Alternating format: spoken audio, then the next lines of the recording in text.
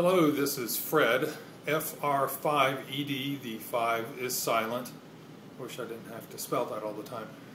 Going to be doing a quick review, very informal review today of an IPA. That's pretty much all I drink because I love IPA. This is White Hawk Select IPA, and it's from Mendocino Brewing from Saratoga Springs, New York. That's what the bottle looks like. It is 7% ABV. Had some good reviews, so I thought I'd give this a try. A nice encouraging little hiss there. And let's see how it pours. Lighter than I expected. Let's see how this comes out. Alright. Actually, it's darker than it looked as it was pouring. Nice coppery amber, brownish amber color. Didn't get too much of a foamy head on there. We'll see how the lacing occurs as I drink it. So appearance-wise, we've got it. It's a little bit cloudy, which I actually like. It means that there's probably going to be a little more body and flavor in there. So let's that's the appearance. Let's see how it smells.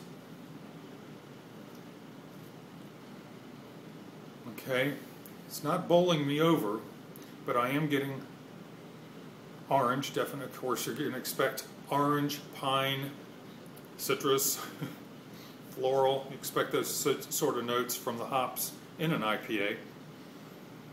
I am getting a sweet orangey smell, a little bit floral, not much more than that. Okay, let's go ahead and taste it.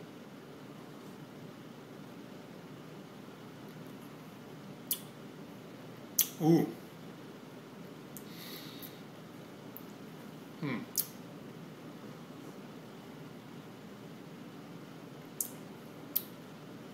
Definite. The malt is kind of forward there. Not out of balance, but definitely there. Biscuity, malty taste. Almost a little caramelly, malty taste. Just looking at the malt right now.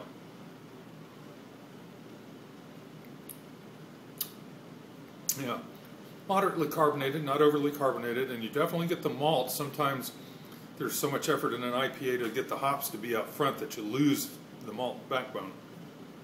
And it's there. It definitely has that malt foundation. Now to the hops. The bitterness, I don't know what the IBUs are on this. It doesn't seem terribly high.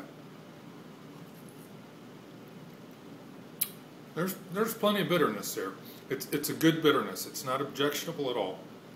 There's one IPA in particular, I won't mention the name. I like it. I go back to it, but the last couple of times the bitterness hung on so long, the back of the throat, or the back of the tongue, the upper soft palate, just that bitterness just hung on when everything else was gone an hour later. This seems more balanced.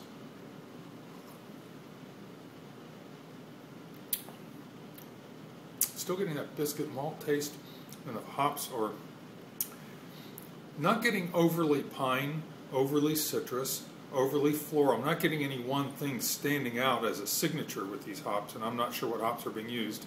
As you may have guessed by now, I am an amateur. I couldn't tell you all the components of this, how it was made, and if it was continuously hopped and dry hopped and all that.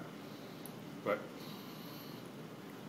it's good. You can definitely, the mouthfeel, and moving on to mouthfeel, it's definitely fuller bodied than some,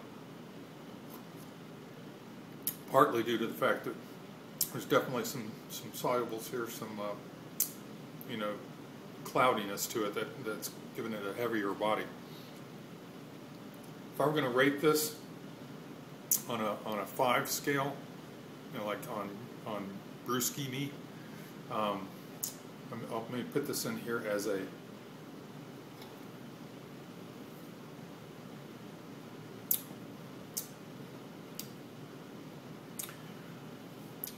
3.5 to 4, maybe a 4. I haven't given any 5s yet.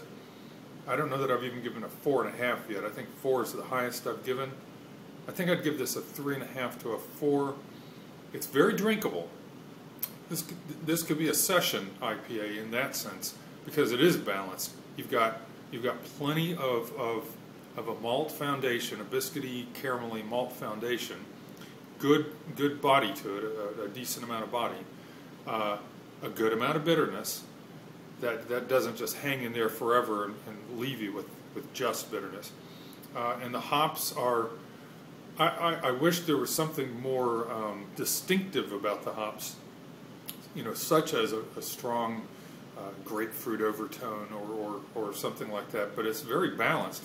That's probably the one, if I had to choose one word for this, it would be balanced. From the malt to the hops balance, and then the hop characteristics to each other, floral, citrus, pine, those sorts of things.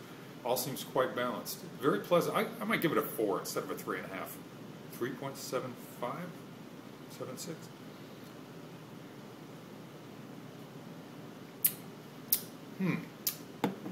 Anyway, it is one I would, even though I'm maybe giving it only a 3.5 out of 5, which may sound a little harsh. Definitely recommend trying it. I know a lot of people are going to like it because of its balance, because it's not overpowering with the bitterness, because you can taste, the malt in there, and it's not hidden away by, the hop, overabundance. And some people don't like to have the grapefruit in your face or the citrus and floral, jump out at you.